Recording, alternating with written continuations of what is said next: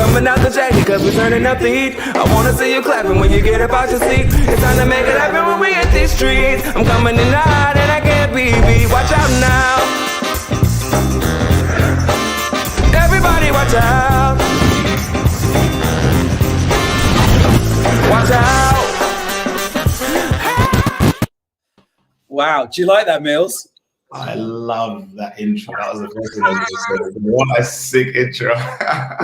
Oh, thank you. So we just created that. So I just want to do a quick shout out to Steve and Ryan at Jago. They've been working on our personal branding. As part of that, they redid the intro for the vodcast and they just smashed it. All the content's been amazing. And I feel a bit let down now because I'm not inside the studio today. And I couldn't have got you in the studio anyway because you're in Portugal, right? So on holiday, working your holiday. Working. It's a working holiday. So working from home abroad. Kind of work from anywhere. That's what we now say. Anywhere. Exactly. Okay, just 2 seconds. I'm going to come back to you, but just first of all, just welcome everyone. Episode 47. Mills Banji from Tappin, who I've recently got to know quite well through a couple of calls and been a big fan of his Instagram, and I love his business and I'm really excited to have him here today. Before I start though, as always, I have to say a couple of quick thank yous. Thank you to Forecast, who are the sponsors of our community.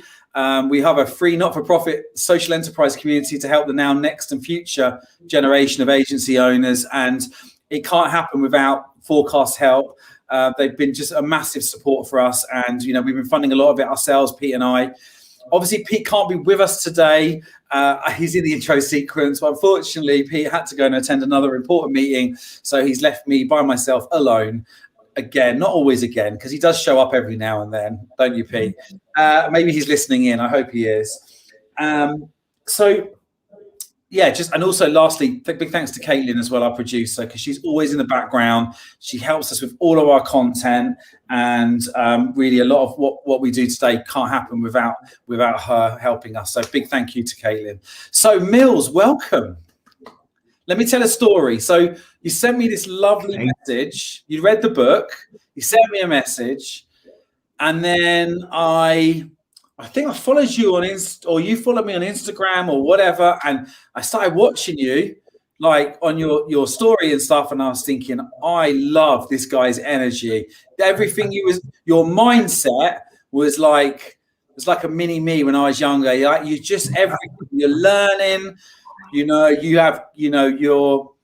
just everything about your mindset and the way you communicate. And I could see actually that you're working hard at what you do as well. And I could see like you getting up early in the morning and running videos and stuff. But clearly you work hard and play hard. I can see that now because you're in Portugal. Yeah, and honestly, first of all, Spencer, thank you so much for the introduction. Honestly, I really do appreciate that. And yeah, I really do. Does mean a lot. I think I kind of try and get a good mix of both, working really hard, but you play, but don't think I play too hard. But I think I'm more on the work side than I am play, but you have to have a perfect balance, right? You do. And I really want to share with listeners your story, your backstory, because I totally love it. And I think you've got some real magic in there. But before I do that, I really want to talk a little bit about Tappin and about, in particular, Gen Z, but your business is ultimately around sort of employer branding and helping them with talent attraction. Can you just talk to me a little bit about what you set out to do? But in particular, I'd love you to talk to us a bit more about Generation Z. Who are they? What are they? And why are they important to the future of all the business owners listening to this podcast? Yeah, no, I think introduction to ourselves, we kind of call ourselves a media company that is first and foremost on a mission to prepare 100 million young people for the world of work. So everything we do is around that kind of mission statement, around that requisite. So we're on a mission first and foremost, before we do anything, to actually actively prepare 100 million young people for the world of work. And then on the flip side to that, we're also an agency, essentially, who support organizations in how they attract and engage Gen Z talent. So what we found is, with millennials, Gen Zs, and young people, there are so many different groups of young people that companies find it difficult to really understand how to engage with them, how to attract young people. And because they're constantly changing, their needs, their wants are changing pretty much on a day-to-day basis, it can sometimes be very difficult for employers to keep up with the changing landscape of Generation Z. But that's where we come in. We provide them with that expertise, that knowledge. We run campaigns, we'll run their social media, we'll bring them up to speed with things like TikTok and Instagram and Clubhouse and all the kind of social channels that young people are kind of engaging with. And I think we also do work around diversity and inclusion. So we're supporting organizations in how they attract and engage diverse talent to their organizations, especially diverse Gen Z talent. I really believe that Gen Z are going to be the core fundamental requisite of every company in the next 5 to 10 years. So there really has to be an investment from organizations in how they engage with generations, number one. But I think there's a massive piece on understanding them. There's a massive piece where I really believe organizations have to invest in understanding this demographic. Yeah, and what I like about that is I think that the lesson learned for me from the previous generation, which we call millennials, which everyone's sick to death of talking about, but the reality was there was, I think, a lack of education and understanding before that those youngsters hit the employment market. And so employers weren't really used to such a change. There was a big transformation in the way that the millennial workforce wanted to work. And actually, employers weren't used to that. They were used to being, they were used to choosing who worked for them, not wanting the employee to choose who they're going to work for. And all of a sudden it was who's interviewing here. And also the kind of work ethics were very different to maybe previous generations. And what I've got two teenage kids. And so one's actually at university in York. So she's going to be entering job market soon. And what I've noticed about them being, someone who's been a technology first person, since I was about 15 years old. But, I've seen the difference with them, the way that they use technology. Like my daughter doesn't use Facebook, Facebook for her is for adults, right? It's for boring people, right? She's like Instagram, Snapchat, and maybe now TikTok. Whereas my son, he's all YouTube. Is YouTube and Instagram, Snapchat and TikTok. And again, no, there's no Facebook there. Not even, I think my daughter has one just to make sure her gran doesn't tag her in pictures. Yeah. So the interesting thing is the way that and also my son just voice messages the whole time. Yeah. Doesn't really type messages. He just voices everything, right? So that's he literally voice message. And so there's some big shifts in the way communication will happen. And I think if what you're saying is that your job is to help educate, I think this is really good that you're doing it now, because they are, what is the age range for Gen Z?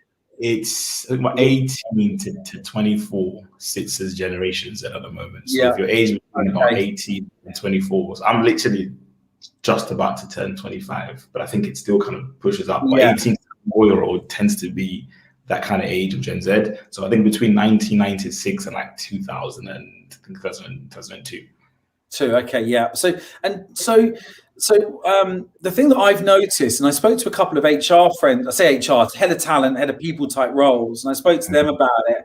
And I'd noticed that like my daughter, like she would get up at 6 o'clock in the morning and she goes and works in a vegan cafe and her work ethic. And in fact, last night I was in a restaurant on the way home from work. I met my wife and one of her school friends in there. She's got 2 jobs that she's doing. It appeared to me almost a lot more like my generation, like the work ethic.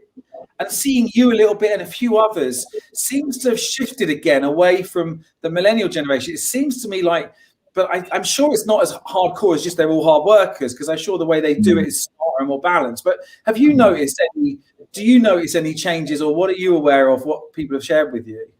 100%. I think, flexibility is key to how young people are currently kind of working. Flexibility and just having the flexibility to, number one, be able to work from anywhere. I think during lockdown, it's been obviously very, very difficult to, work in different places. But I think Generation Z in general, we love to be working in varied environments. I think the other thing is, if I could use my team for example, we have something we call the tap-in way.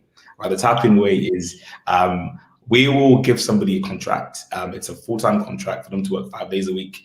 But if they wanted to work 3 days or 4 days, and work from somewhere else during a particular month or a couple of months, they're able to do that. So just giving them the flexibility to be able to kind of work. And I've had my team come to me and say, actually, Mills, I'll be honest with you, I can give you 200% 4 days a week, right? But I can give you 70% on each one of those days. And that just speaks to the nature. It speaks to the nature of Generation Z. It speaks to the nature of our young people, want to have the flexibility. They want to have the openness. They want to be able to kind of do things a little bit differently. And I think the point you made earlier around work ethic is a really, really important one. I think the misconception or the misjudgment from a lot of people, Generation Z, is that they're quite lazy. We're quite lazy. We just like to kind of be on TikTok and then be on Instagram and be on Snapchat. But I promise you, it's productive use of those social channels. But I think what we really do foster is that flexibility, and just being able to kind of work hard on the things that we really enjoy. Work hard on things that we have expertise around. And when you look at how employers are kind of attracting and engaging young people, one of the key kind of concepts there is being able to understand generations and understands their ways of working. Rather than coming in, I think if you look at millennials, there was this massive misconceptions about how they like bean bags at work, and they love having like table tennis and kind of Google-esque environment. They want to start work till 10:30 every day. Exactly. And it's speaking to how millennials were. But if you look at Generation Z, for example, I'll start my day, like you've said, actually, Spencer, I'll start my day at 10:30. I work 10:30 until probably about 7 because that's what works for me.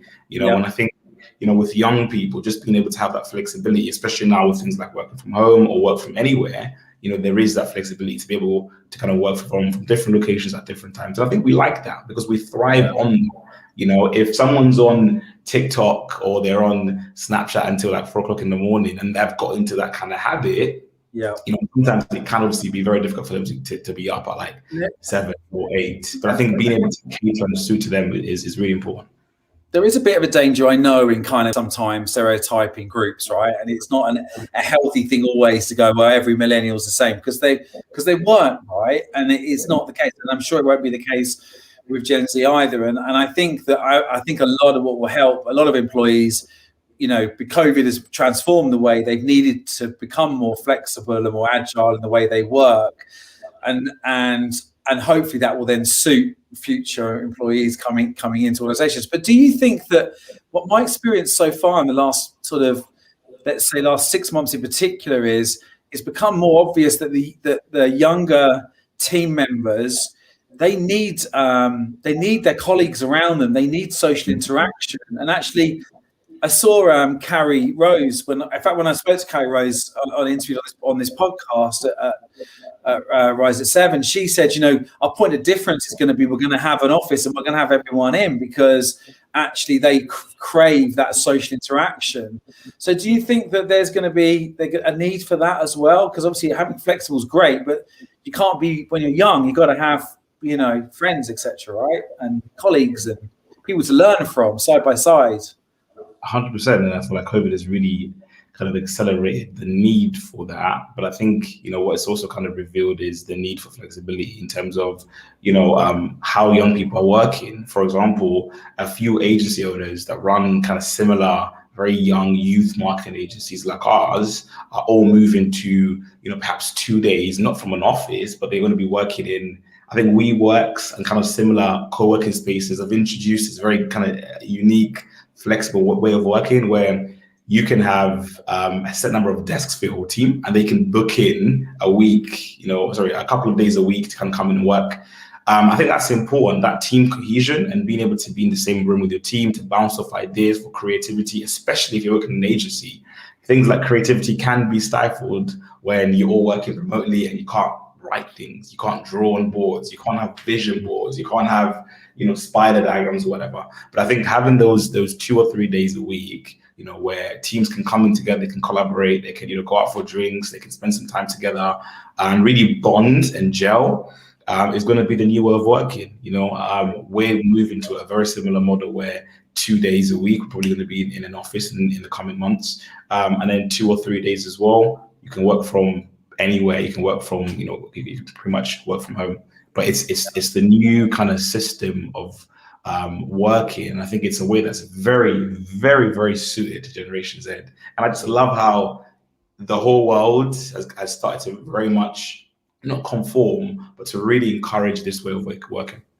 Yeah, it's funny. I mean, I quote this a lot on this show, but McKinsey talked about, the consultancy firm, about how, the working the organizations have basically been accelerated 7 years because of COVID in terms of the way their working practices and their business transformation is. So technology obviously plays a major part in that. And, I guess at the end of the day, you've got a pretty tech savvy Gen Z coming through.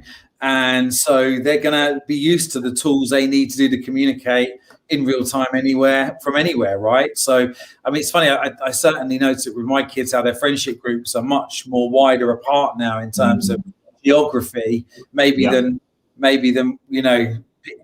nephews are people I've seen in the previous generations where it was more localized. So it's going to be fascinating to see. So when it comes to like diversity and inclusivity, how are you helping employers today? Like, because there's definitely been a lot of things wrong, I think, in the way that generally UK businesses have recruited historically. Like, I think, often we rely a lot on referrals. Maybe, people recommended to us. Maybe we haven't gone out and got sort of attracted in big enough talent pools of candidates to choose from, right? We tend to sort of have teams who recommend people more like themselves. So we end up getting sort of copies. What advice do you give to businesses today who are trying to, especially now they can do because the reach is much wider. Like, you're not limited to geographies of, if you're in the West Country, you don't have access to much talent, but now you have access to the whole of the UK, maybe Europe if you want, maybe the world. Yeah. So what's your kind of pattern? What's the advice? What are the things that you share with people? Yeah, 100%. I think the first thing is to be intentional. When you're looking to hire diverse talent, be intentional. And be able to kind of go into communities. I think what tends to happen sometimes is when a company's looking to fill roles, they will cast their net kind of wide and say, actually, we're going to use the same job boards or the same exact platforms. But if you're looking for diverse talent, you have to first of all be intentional about hiring diverse talent. And what that really means is, if you're looking to hire, let's say, BAME candidates or BAME students or young people that come from a BAME background, find those communities. Where are those BAME communities? Where can you find, Black and Asian candidates? Where do they hang out? Are they on particular communities? Do they follow particular pages on Instagram? Do they have particular influencers, perhaps, who you can tap into? Are there particular communities, that hold a certain demographic of people? But I think being super intentional is the key. And I think the second thing for us that we tend to do with our clients is collect some data. To really, really understand what the landscape's actually like. I think first and foremost, understanding perceptions is usually a huge thing. So we'll come to our clients and say, actually, we want to really understand, we want to help you to understand candidate perceptions. So how do diverse candidates perceive the organization? What do they think? Why are they not applying? Are you not going on campus, for example? Are you not advertising in these positions? Is there a problem or an issue with your application process? So I think the first thing we do is that we collect some really strong, tangible data. We have a research team in-house that kind of work on that. And once we have that data, we can then say, okay, right, these are the problems. This is exactly why diverse talent isn't actually coming in. And then from that data set, we then begin building a very cohesive kind of D&I strategy. I think we were working with a client a couple of months ago, and what happened was we did that kind of research. We actually found out that one of the stages, in their application process, it was a presentation, and we will see that a lot of Black candidates were actually falling off at that particular stage. Really? That particular stage of the application process, we'll find that a lot of Black candidates were actually falling off. And our recommendation to them was actually, if you remove that and replace it with something else, or just remove it completely, we should see an increase in the amount of Black candidates actually going through. They removed it, and as of February, March, they've had a much higher influx of kind of Black candidates actually being hired, and have actually settled in and done really well. So I think that is really important, being able to kind of collect that data to understand what the problem actually is. Because if you don't understand the problem, how are you able to then diagnose what's actually going on? And I think the error that a lot of companies tend to do is that they just jump right into it. What we saw about a year ago after the George Floyd incident in America was that a lot of companies were really interested in diversity and inclusion, particularly in hiring, Black talent.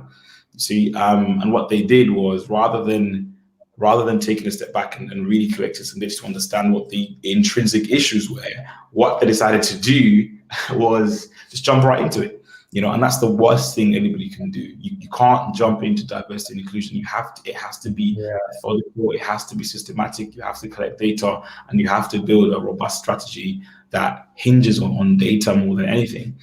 So I think once organizations understand that, once they collect data, once they understand their audience, then it's about being able to go into those communities, and that on its own is a process on its own, but it's vital for them to go into those communities and learn. Go into those communities. If let's say you're a graduate recruiter and you're looking to recruit young people, Generation Z, go into those universities. Universities have societies. Go and partner with African Caribbean societies or Asian societies or LGBTQ societies.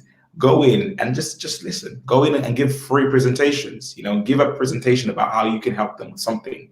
If it's a skills workshop, go in, give them a skills workshop and give them value.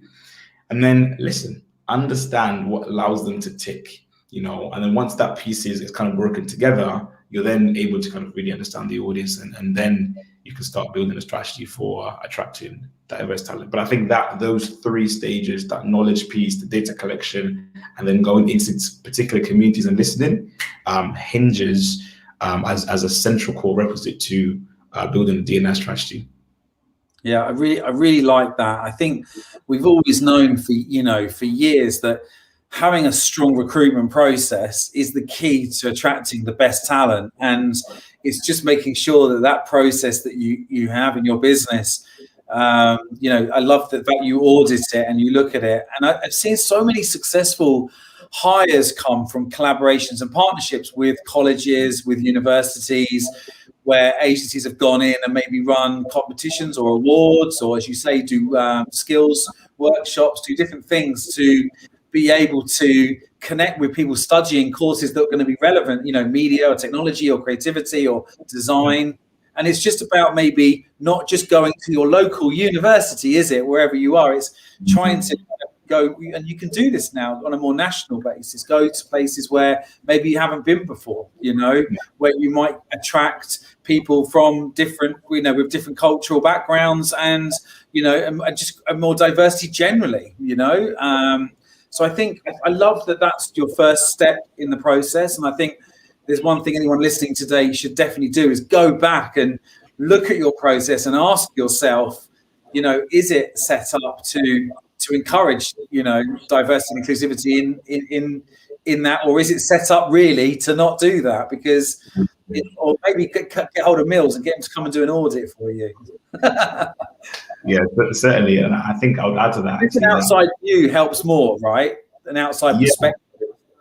100%. I think I would add for that. I think agencies have to be. I think I've said this already, but intentional. You have to really be intentional when you look at diverse talent. You can't go to the local university or cast your net wide or go to the same exact job boards or platforms. Yeah. Go into a university and speak to a society that is diverse.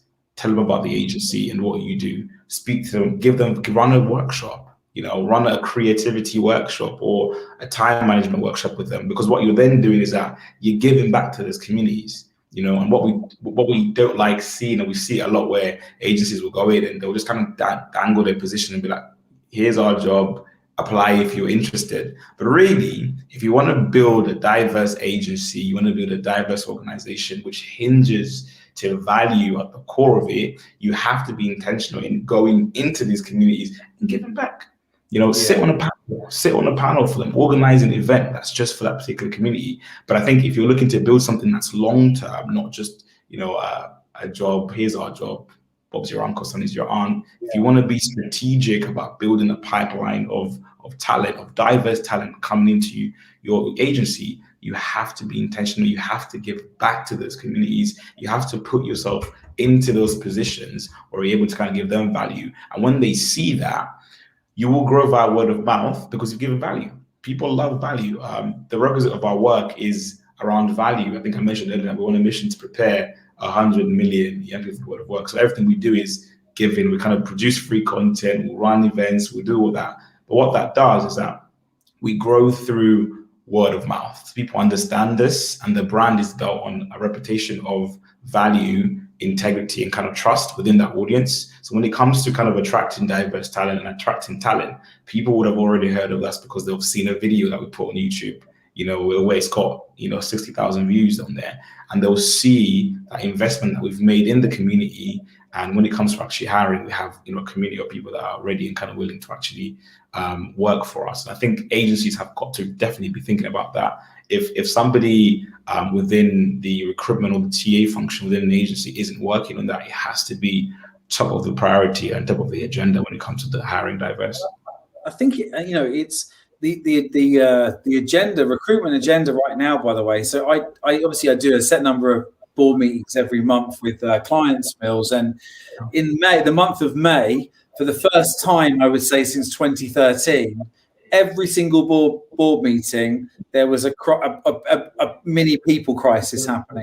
So we had either not enough candidates that we can find because we've got too many sales, or we've had a lot of people post-COVID going, do you know what? I need to go and change and do something different because I'm associating this job with my time at COVID and I need to change my mindset. So there's definitely been a big period of change in the last month. And I know that everyone is struggling to recruit talent. I know that obviously there are lots of reasons around the fact that we can't, at the moment, people can't travel internationally. So there's a few things. Obviously on the plus side, technology, and it means that we can pull people in from anywhere as well. So there are some, but I think it's a really good time for people now to they are looking at their attraction strategies. And I think it's a really good thing to put that intention at the heart of it, and rethink it now, because actually you probably do need to get a new set of tools, a new set of ideas for a new generation as well. And I think that will actually help people, with the skill shortage that there is out there at the moment, because there's lots of talent always coming through. How do you think that the remote learning side of things works? Because, in agencies, it's great when you take on graduates because you could bring them in, stick them alongside, you could take them through training and they could sort of learn through, learn through kind of doing with and witnessing. But it's quite hard. It's been quite hard to do that during COVID. I mean, Caitlin's a great example of that. Our producer, she was at Tech College doing media. She joins us, and she's not been in an office. She's been fully remote, as you say. Great. We give her the flexibility. She can work when she wants, how she wants. But it's been hard to teach her and train her because we've not been really able to be in a room together. Or it's getting better now, of course. Do you think the remote side of things is going to be a problem for learning, or do you think just the technology will just solve that problem? Yeah, I think I can definitely speak for Generation Z. I think one thing that we're very akin to is technology. We're very akin to change. We're very adaptable. I think many of my peers grew up with iPhones. I have iPhones or social media and all these kind of social channels. So I think one thing that we're very good at is flexibility and being flexible. So I don't see it being too much of a huge problem, but I definitely see the challenges that it's definitely going to arise. We always push for mentorship, and I know that if you're working traditional kind of, if you work in the office, you'd have buddies, you'd have mentors, kind of walk you through that process. But I think there's a need for adaptability. The traditional kind of mentorship or buddy system perhaps might not work in the way that it traditionally works. But there's obviously going to be a need for adaptability in the way things are done. If it means, setting up things like weekly, with like fortnightly coffees with individuals, just to kind of build that rapport. But I think when it comes to things like training, we've definitely found challenges when it comes to kind of training, because like you said, it's so much better to sit next to somebody and kind of watch them go through their day-to-day. If you're next to an account manager, all right, how do I write this email? How do I respond to this client? How do I, understand the different types of client profiles that they are? And it's just so much easier. But I think, in the coming months, when everyone's working remotely, there's going to definitely be a need for adaptability and definitely a need for kind of change from agencies. So I love the 100 million. That sounds like a lot of people. I'm thinking you're thinking global here, which is pretty big thinking. Can you just share with us a little bit about, because you had some really early successes in terms of client and get your clients that you won. So you've only been going for 2.5 years now, is that right? Yeah, you're literally 2.5 years. And we'll talk a bit about your past a minute, because it is great to hear, what your degree in, and now you're running an agency. But anyway, but tell us about your clients that you've been working with. What sort of organizations have you been helping? Yeah, so we were quite fortunate, I think, in the early days to sign a pretty interesting, really big kind of clients. But that goes without saying that I think for the first year or so, it was very tough, because people were thinking, who are this Gen Z agency? Who are they? What do they do? What is all this Gen Z stuff? Do we trust them to come in and do some work for us? So for the first kind of 8 to 12 months, it was very, very difficult to get clients on board. I remember going into something like, I think it was like 19 client meetings in the space of like a month with all different clients, and 18 of them just basically said, we love what you're doing, we think it's going to be amazing, but we can't invest in it at this stage. And then we had one breakthrough client, Capgemini, who were brilliant. They love what we represented. They gave us an opportunity, and they said, actually, we really struggle to kind of hire and engage with Gen Z talent. Could you do something? And then we created a piece of content and run a campaign for them, which was a runaway kind of success. And I think to this day, they're still using some of that content for some of their campaigns. But that kind of not put us on the map, but it kind of gave us the momentum that we needed, and it gave us a really good case study. I think today we work with the likes of work with Capgemini. Obviously, you work with the Royal Air Force. We work with Ernst & Young. We also work with Travis Perkins. We work with things like MKM. We work with Stella McCartney. We work with Lidl. Just kind of a handful of some of the really impressive client list for an early stage agency. It's just very, very impressive. No, I'm honestly, like, massive credit to the team of people and the mentors that I have around me, and the team that we have within us, because it's absolutely incredible working with people that are so passionate about Gen Z and growing an agency. Yeah. So you're working on both sides. On one hand, you're helping employers with their brand strategy, or their recruitment, their attraction strategy, maybe their brand communication around that area. But then, what are you doing on the candidate side? Are you working with candidate groups as well? So we kind of call it the community side of things. I hate the word talent pool. I hear it all the time. Yeah, sorry. We're just a raised talent pool, not cool anymore. Let's lose it.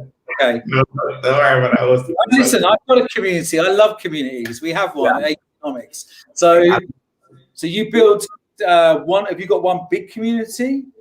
We've got quite a few communities. Sorry.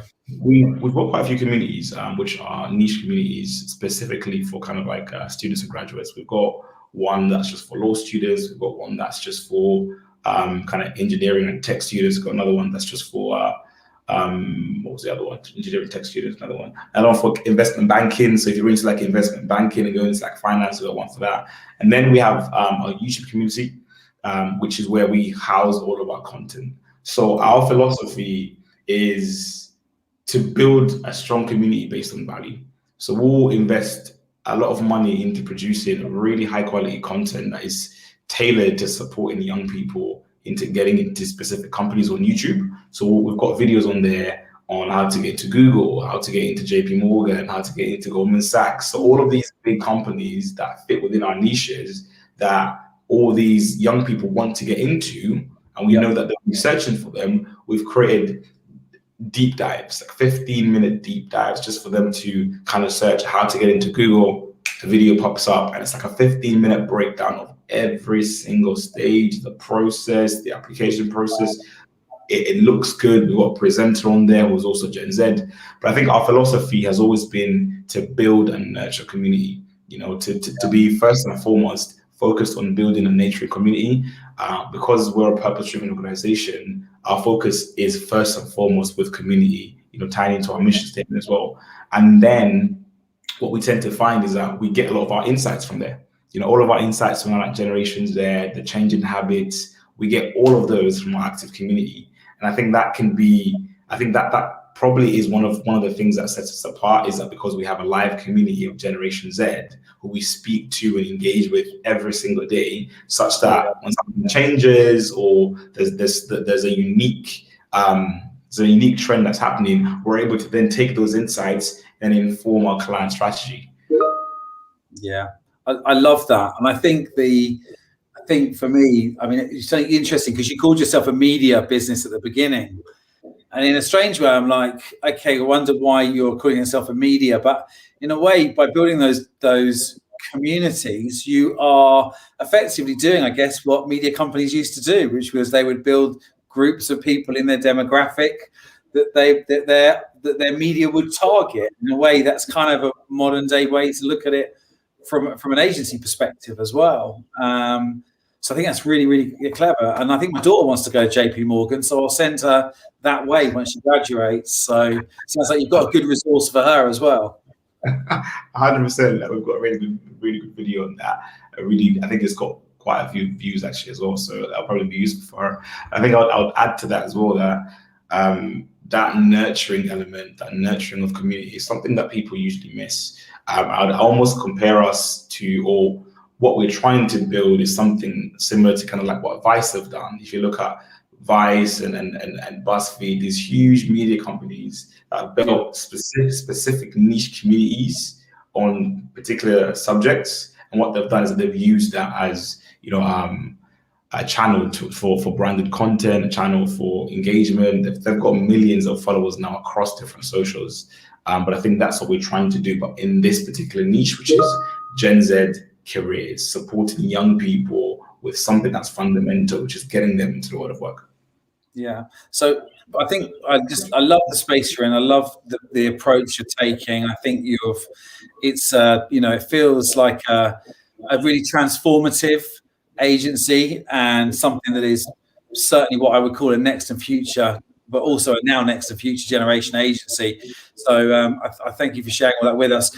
So I just want to delve a little bit now back into how you got started, because I do want to talk about this. So let me get it straight. So you left Zambia at 11 years old, came to the UK, and you started being quite entrepreneurial from quite a young age, I believe. Yeah, so I came here when I was 11 years old. I think at the time in my country we kind of taught a little bit of English, but we taught our local languages, and we also taught French. So when I came here, I couldn't really speak English too well. So you know how year 6 can be. A kid came in from I came in from Zambia, and kids can be a bit unfair. Let's just say. Yeah. You were acing all the French lessons though. So I wish I paid more attention. I wish I paid more attention to my French. I'm glad that my English is a lot better. But I came here when I was 11 and couldn't speak English. But then I think very quickly started to kind of get used to the country and used to the language, and managed to kind of go through high school and then university. Did A levels in engineering centric A levels, so like further maths, physics, and economics and all that kind of thing. And then went in to do an aerospace engineering degree, funnily enough, actually. Did an aerospace engineering degree, and that came...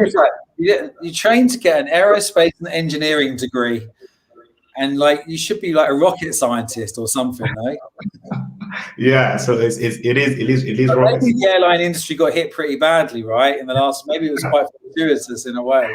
Exactly. Away. Exactly that. And it's just one of those things where, like, I think when I was in Zambia, I lived on this farm, which was kind of parallel to an international airport. So I kind of grew up seeing 747s and all these different kind of aircrafts just kind of landed in I remember my house would actually kind of shake. Like literally the whole entire house would shake. And I kind of know that actually when the house shakes at this time, this is like the 7:15 to like Johannesburg. Like it got that deep. But I think that's where the passion came from. And when I went to university, studied aerospace, which was completely unrelated to what I'm doing now. But it's just really interesting how life kind of changes. Yeah, your parents mad with you now. What's this agency stuff? You're supposed to be working in air engineering. Yeah, no, my parents were very supportive, very supportive of my kind of shift. I think they've always been encouraging and supportive of like my ideas and my creativity and the things that I'm doing. So you've always been quite entrepreneurial, haven't you? That's the thing. I think you've always had that entrepreneur side to you as well. Yeah, it's actually interesting because I remember a funny story actually when I think I must have been like 13 or 14, and I used to love playing Call of Duty. It's like my favorite thing. I play Call of Duty every day after school, but then it got to a period where I knew that at 6 p.m. my mom would love what she loves watching the TV shows. So 6 p.m. was like the cutoff. I couldn't really play out after that. So I think one day I was doing really well in Call of Duty. Like I think I had like 60 or 70 kills. I've never got that many kills, and I think it was a kill streak. Those of you know what kill streaks are, but it's a continuous. You kill 60 of your opponents, but you don't die once. So I was doing quite well. And then my mom came. She was like, "Look, it's 6 o'clock. Like I'm gonna need to use the television." I was just like, "Mom, 1 second." So she disconnected the Xbox. Oh. She disconnected the Xbox, and she said to me, "Mills, look, if you want to play video games whenever you want to, go buy your own television." So I took that quite literally, and I started plotting. I think I started a little kind of business in school where, I think most people sell like sweets or donuts, but I thought actually what do people actually want? And at the time, BlackBerry curves were a massive thing. So I just got into a business where I would get an assortment of colors, like pink, red, all the kind of colors for BlackBerry curve. I'd buy the whole set for like £5 on eBay. I think at the time, if you're 13 or 14, you didn't really have a debit card, but I was fortunate to actually have one. So I'd buy like 10 or 20 of these, and then I would sell each for like £5. I think in the space of about 2 or 3 weeks, I made enough money to kind of buy a television, and then I actually played that.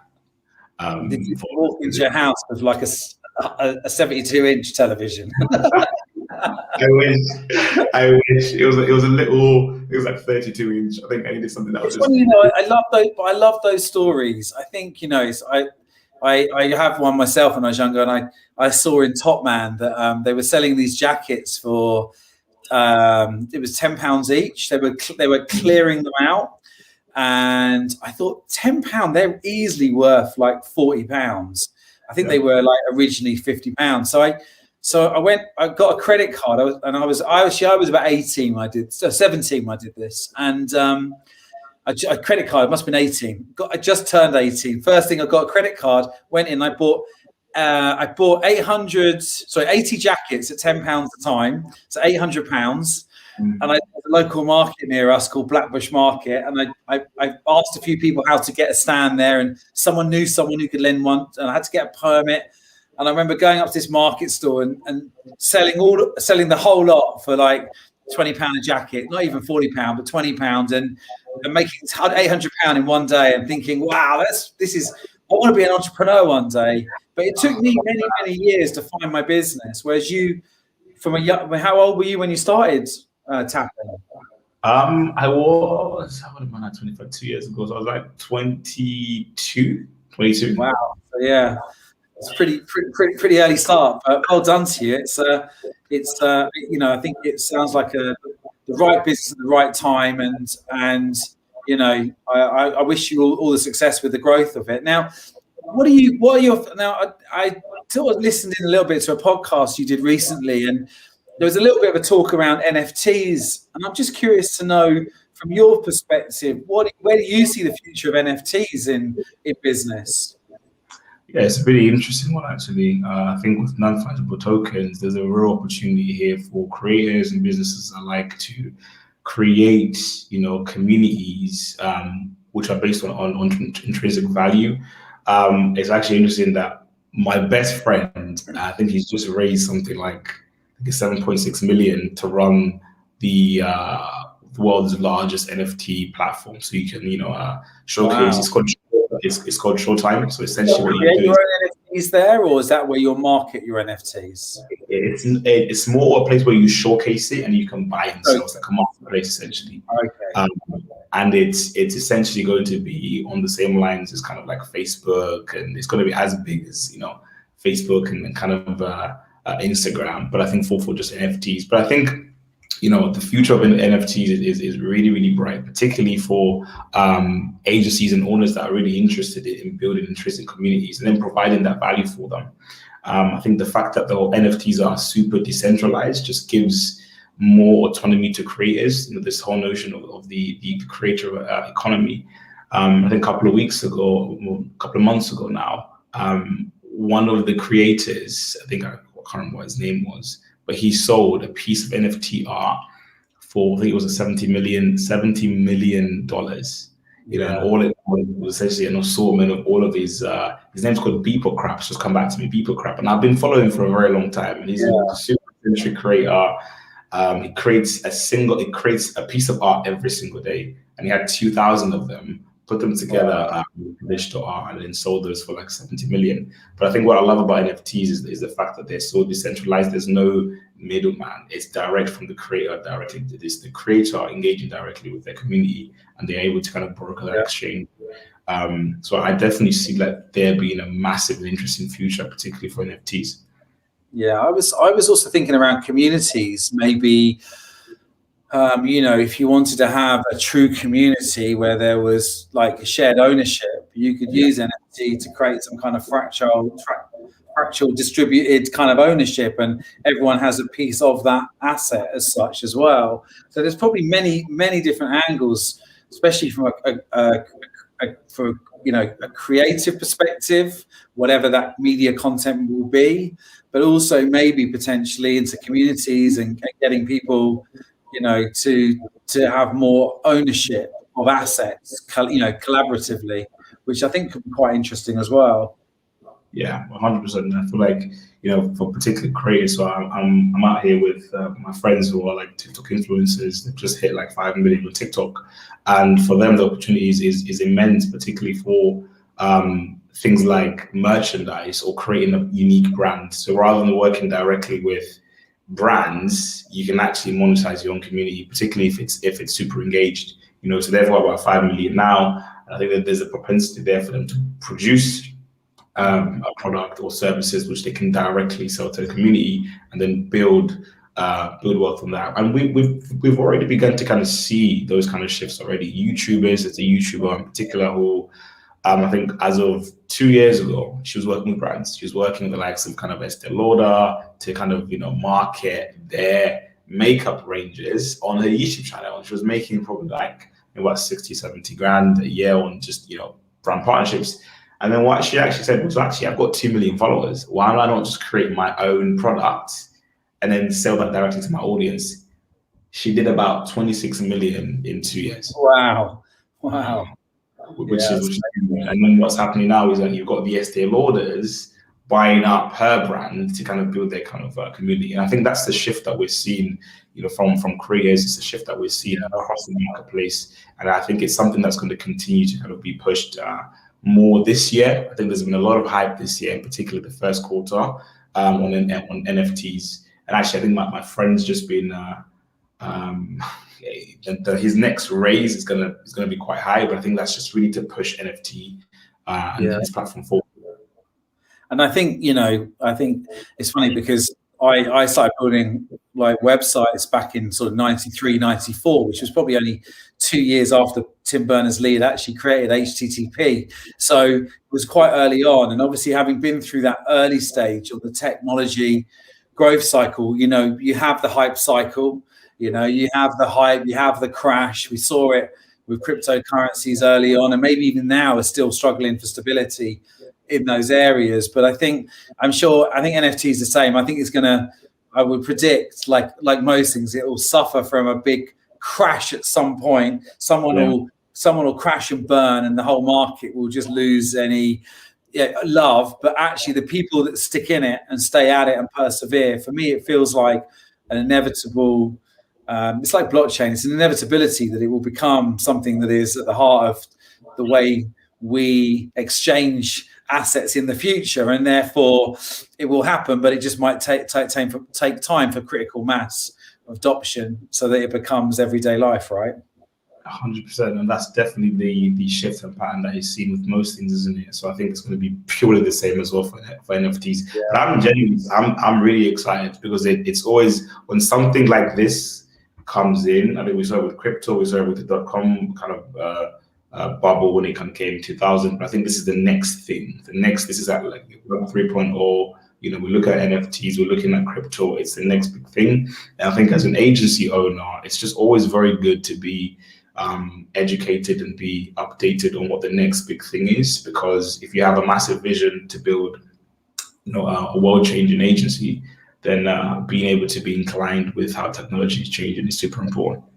Well, that's why I said I love your mindset, because you'll hear me banging on all the time. It's about now, next, and future. And you might sell everything today and a little bit of tomorrow, but the reality is that your team, as a leader in a business, your team has to invest in understanding the next and future, because otherwise one day their job will become redundant because the technology moves on or the demand moves on. And so it's important everyone invests in themselves and their knowledge and future-proofs their careers and future-proofs their brands or their organizations, their businesses, themselves.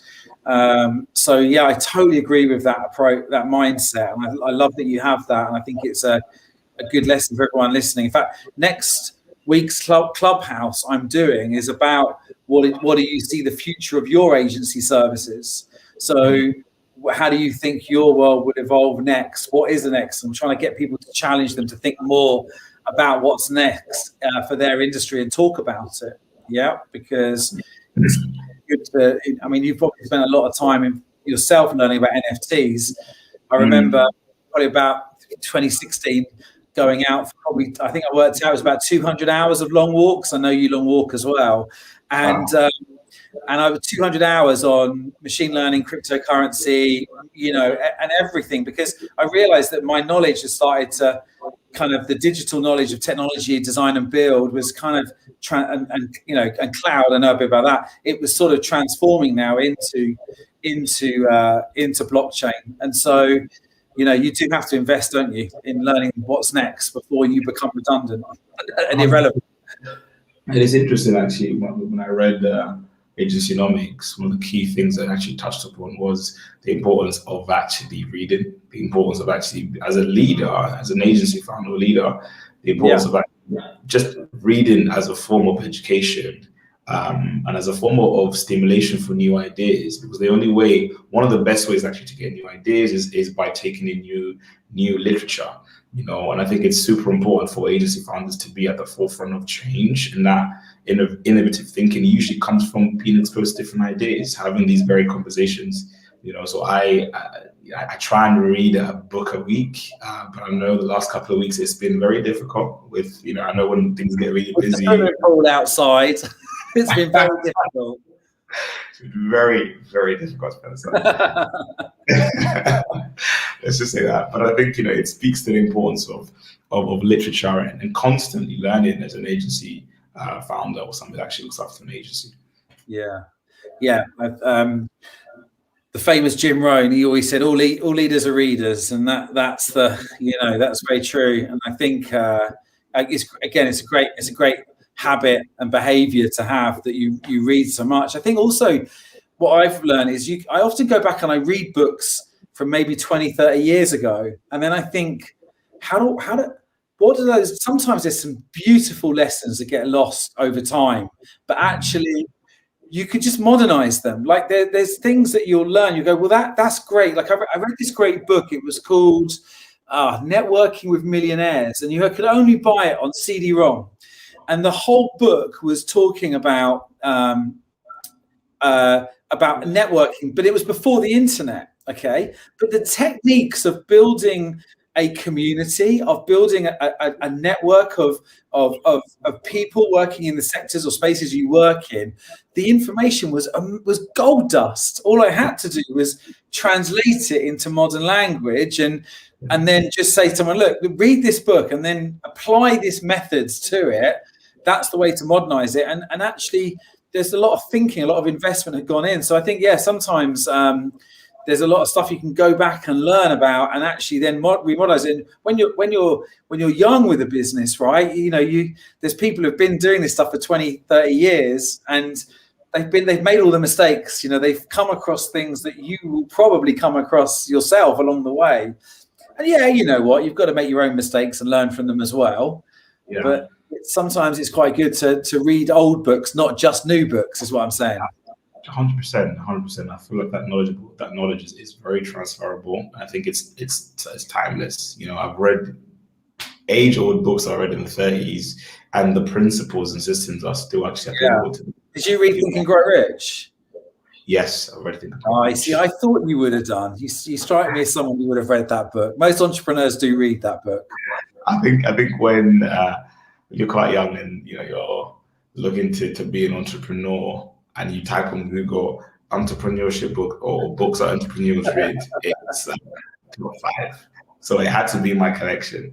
And I think the point you made there actually on constant development, I think, and also touching on and being connected to people in industry and mentorship in particular, I think is something that has been really vital and important for me. It's been something that's been timeless, because what you do also through mentorship is, you're leveraging and you're being supported by people who have been there, that have done that, they've made the mistakes, and it really accelerates your growth. And I think I can give a really interesting kind of story. Was this probably is one of the reasons why I didn't sign those 18 kind of contracts before. So I was making a mistake when I was approaching clients. So what I would do is I would come in rocking up in my suit. Bear in mind, I'm talking about Gen Z agency. I come on with a suit because I came from the engineering background, so I thought suit was, it made sense. Come in the full suit, and rather than sitting down and having a conversation with the client, I would literally stand up as if I'm giving the university presentation to the senior kind of HR people and a TA. I would stand there. No conversation, as if they expected me to give a presentation. I'd stand up, do the presentation, and then sit down. They're probably thinking, what on earth is this kid doing?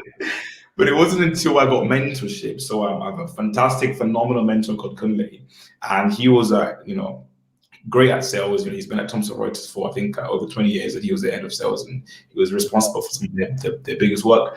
And he said to me, Mills, hold up, you have to make this, it has to be a conversation, you have to understand them, you have to ask questions. And it was only until I had that mentorship that I actually stopped making those mistakes, and things started to actually build up and actually add up. But I think it speaks to the importance of mentorship and actually being surrounded by people. How did you find him as your mentor? So it's interesting because when I was looking to kind of launch the agency, I thought, great, how do people grow businesses? And I thought, I need to raise, right? I need to raise X £100,000. So I spoke to somebody who put me in touch with him, and apparently the word on the street was, he had sold a business and he had a few million on the side. That was just the word I got anyway. So I met him for a coffee, and he was quite straightforward. As a sales guy, cuts to the point pretty quickly. And he was like, Mills, what do you want? What do you want from me? And I've never had anyone come to me with that kind of energy and ask me that question. So I said to him, I'm okay, great. I'm looking for £100,000. And he laughed at me. He literally laughed at me. And he said, Mills, I can't give you £100,000, but what I can give you is mentorship. I left that meeting so upset because I was like, I just blew my chance to raise £100,000. It's not going to work out. It's like the worst thing ever. But I think in that year of him mentoring us, or him mentoring me, we made more than £100,000. But that was just from the kind of learnings and the skills and everything that I was taught. And that's when it clicked in my head that actually what I don't want is that capital, but what I would rather have is the mentorship and the support of people that are in the industry and that have made those mistakes. Yeah. I just got to apologise. So my dog started barking in the background as you were talking before. I think it's one of the lockdown boys. But how did you find the mentor? Did you like? How did you see him speak, or did you just come across him, or how did you find him in the first place? I think I saw somebody speak at an event, spoke to them, and then they put me in touch with him. But I think from him, I then started speaking to a few other people, and I think the channel that I used for that was LinkedIn. So I just dropped very polite messages on LinkedIn, meet up with them for kind of coffee. How did you find people when you drop messages to people? How did you find the responses? Every single one of my mentors, it took me no less than 8 months to have them as mentors.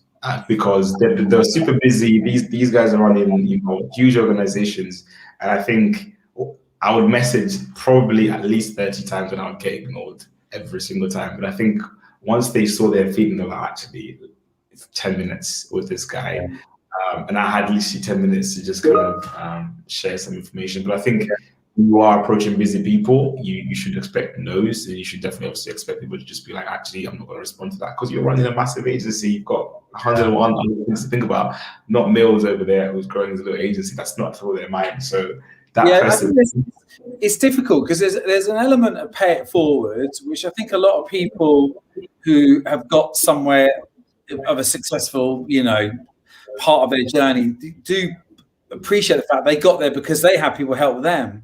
And so people want to pay it forward and come back, and they will do it.